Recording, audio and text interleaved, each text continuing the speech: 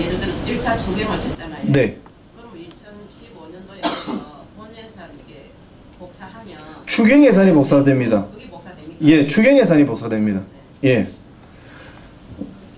만약에 추경 예산을 두 번 편성하면 여기 추경차 수가 2차로 바뀌겠죠. 이 상태에서 본 예산 복사를 하면은 추경 2차 돼 있는 고 예산이 복사됩니다. 원래 그렇게 돼야 되는 게 맞죠? 예, 그렇게 됩니다, 이게.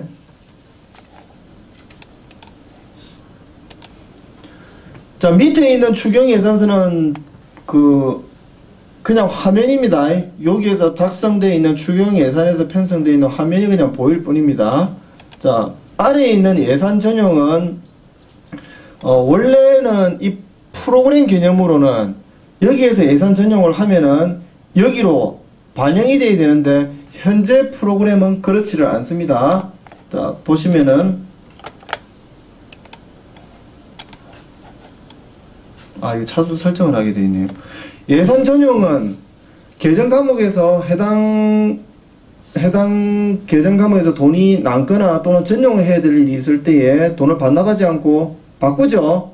그게 예산 전용이죠. 근데 예산 전용을 하면 또 귀찮은 게 지자체도 보고를 하고 해야 되는 문제가 있기는 한데, 원래는 그렇게 하고 나면은 본회사에 그 부분을 반영을 해서 바꿔야 되죠.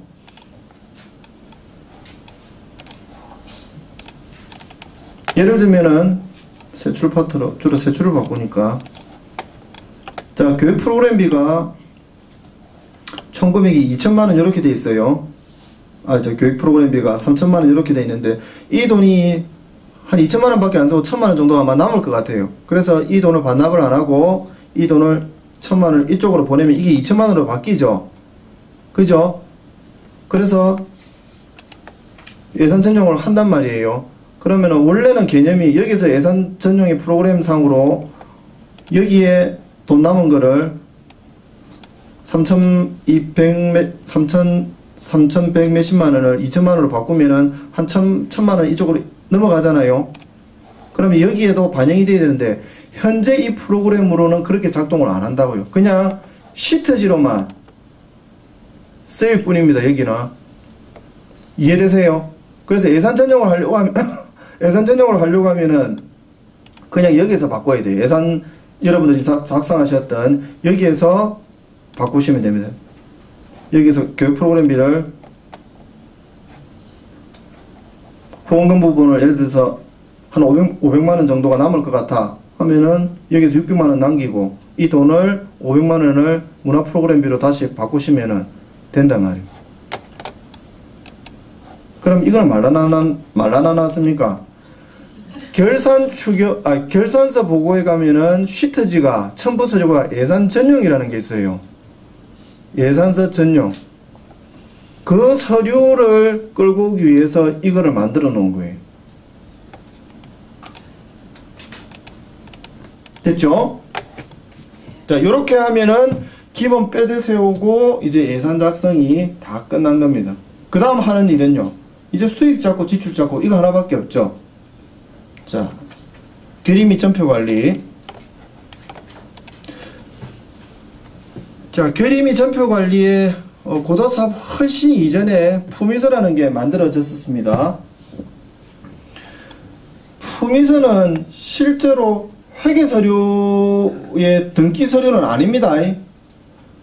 내부 기한지입니다. 그래서 그 회계에 뭐 수입을 잡든 지출을 잡든 제일 먼저 하는 일이 뭐죠? 그 일이 발생한 원인이 있죠. 그 원인이 보통 뭐로 증거를 나타내죠? 서류로 나타내죠. 그 서류가 내부기한지죠. 그래서 최초의 수입이 되든지 그게 지출이 되든지 간에 최초의 원인이 발생한 날에 근거 서류가 있어야 되죠. 그래서 지출 같은 경우에 지출을 할 때 제일 처음 발생되는 지출 원인 행위가 발생한 증거 서류가 내부기한지나 또는 품위서 두 가지 다 합쳐서 그냥 통틀어서 내부 결제라고 하죠. 그래서 그 두 가지 서류가, 그 두 가지 중에 한 가지 서류가 작성을 하셔야 되죠. 지출할 때마다. 그런데 다행히 친절하게도 품위서는 이 안에다가 미리 이렇게 만들어 놓은 거예요. 만들어 놓으면서 지출결의서하고도 연동되도록 해놨고, 뭐 작성을 해보셔서 아실 텐데 한번 열어볼게요. 품위서. 물품자입니다. 물품이나 이런 거를 살 때에 주로 쓰는 서류들입니다. 자, 신규 하시면은 이렇게 뜨죠. 그래서 작성을 하시고 행추가 하시면은 각 계정들이 이렇게 떠서 금액과 적요 입력하시고, 물품일 경우에 아래에 목록들을 이렇게 더 추가하시면 되죠.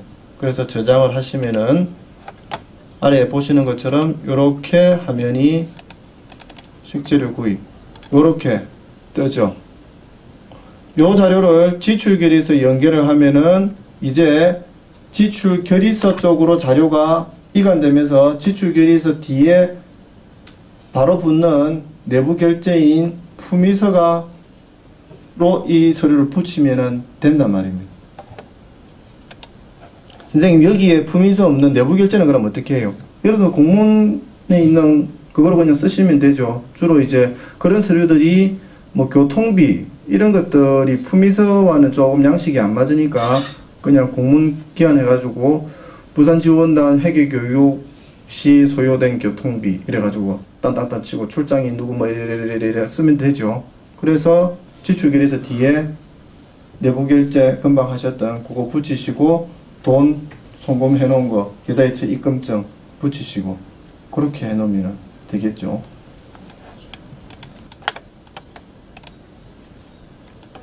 네. 그 품위서 등록에 네. 발의일자, 결제일자, 출납일자, 당일자 이거 설명 좀 해주시죠. 아, 자, 오른편에 여러분들 이거 거의 손 안 대죠?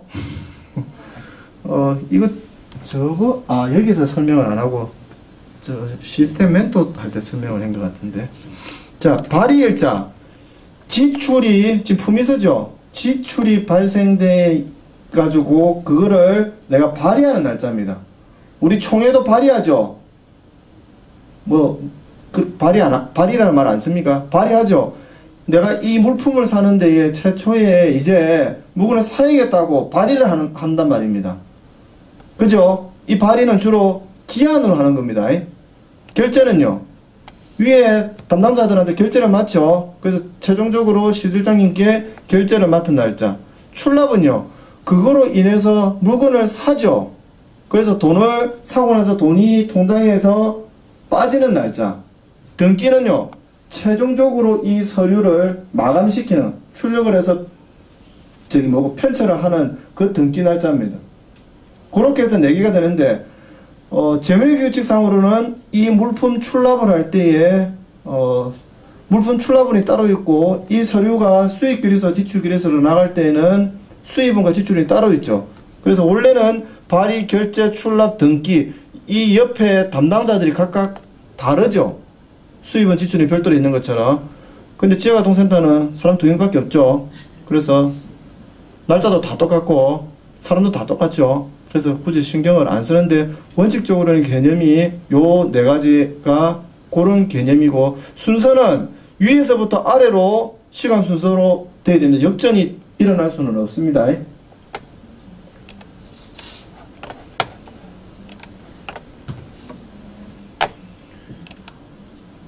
자,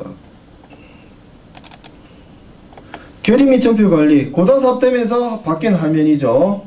과거에는 메뉴 펼치기에 해보시면은 수익결의서, 지출결의서 별도로 되어 있었는데 2가지 화면을 한꺼번에 묶었습니다. 그래서 보시면은 결의서 등록, 수익결의서, 지출결의서를 한 화면에서 선택을 하도록 바꿔놨습니다. 그래서 내가 수익결의서 작성할 건지 지출결의서, 물품은 조금 전에 품위서를 작성하시면 자동으로 지출결의서 등록을 연결을 하면은 화면이 자동으로 넘어오고, 그냥 아까처럼 내부기한제 별도로 작성하시는 경우에는 지금처럼 이렇게 지출 클릭을 하시고 행 추가하셔가지고 필요한 내용들을 입력을 하셔서 저장을 하시면 되죠. 선생님, 근데 여기 구입과 지출은 뭐예요? 물품 품위는 물품을 구입하고 난 뒤에 지출을 하죠. 그래서 품위서를 작성하고 난 뒤에 아래 칸에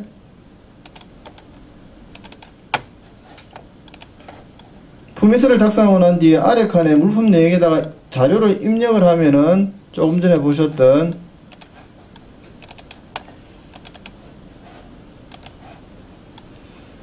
지출결의서가 지출결의서라는 이름이 아니고 구입과 지출결의서라는 이름으로 출력이 돼요. 이해되세요? 예. 그 다음에 구입과 수선결의서가 있는데 여기에서는 그 양식이 없는데 물품을 사거나 하고 난 뒤에 물품을 고쳐야 된다든지 하는 이런 경우들은 구입과 수선결의서라는 이름을 쓰는데 별로 크게 의미는 없습니다. 그냥 뭐 내부기한 하셔가 그냥 지출결의서 쓰시면 됩니다. 그 다음에 여기에는 없는데 봉급과 지출결의서라는 이름도 있어요. 그러니까 봉급 줄 때 쓰는 지출결의서겠죠. 역시 별로 관계없습니다. 그냥 지출결의서 뒤에 급여대장 내부기한주로 붙이시면 되겠죠.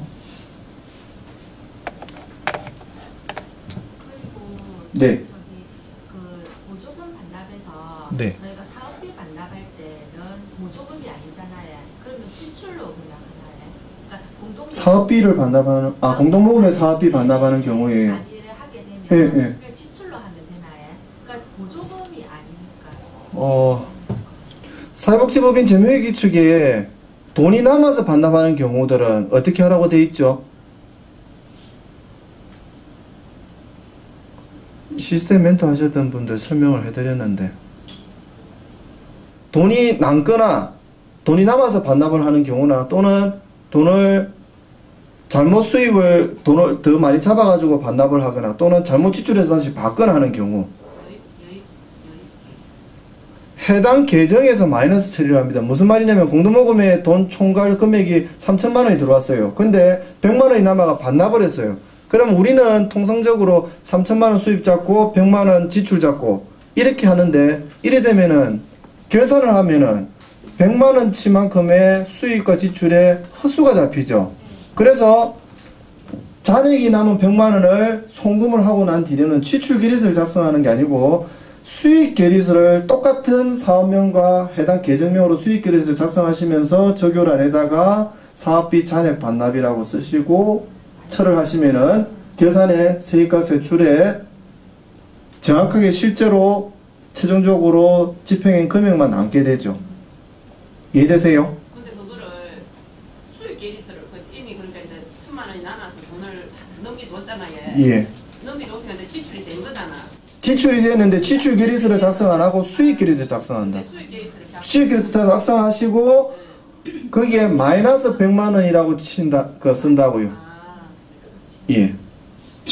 그러면은 3천만 원 들어왔는데 100만 원 반납하면 실제로 이 기간은 공동모금이 2,900만 원치를 받은 거죠. 그러니까 처음에 3천만 원 수입 잡고 나중에 잔액 100만 원 반납할 때에 해당 수익 결의서로 해당 사업명과 그 계정 과목으로 이름 클릭을 하시고 난 뒤에 마이너스 100만 원 하고 난 뒤에 마이너스 100만 원이 안에서 작성이 가능합니다. 예.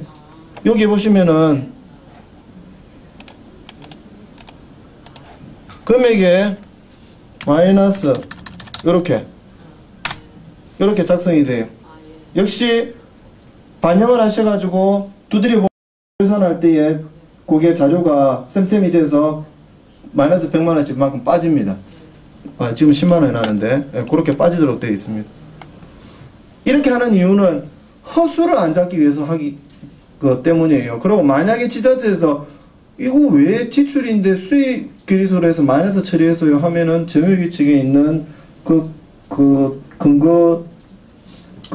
몇 주 몇 항인지 모르겠는데 그거 찾으셔가지고 그 자료를 안내를 해주시면 됩니다.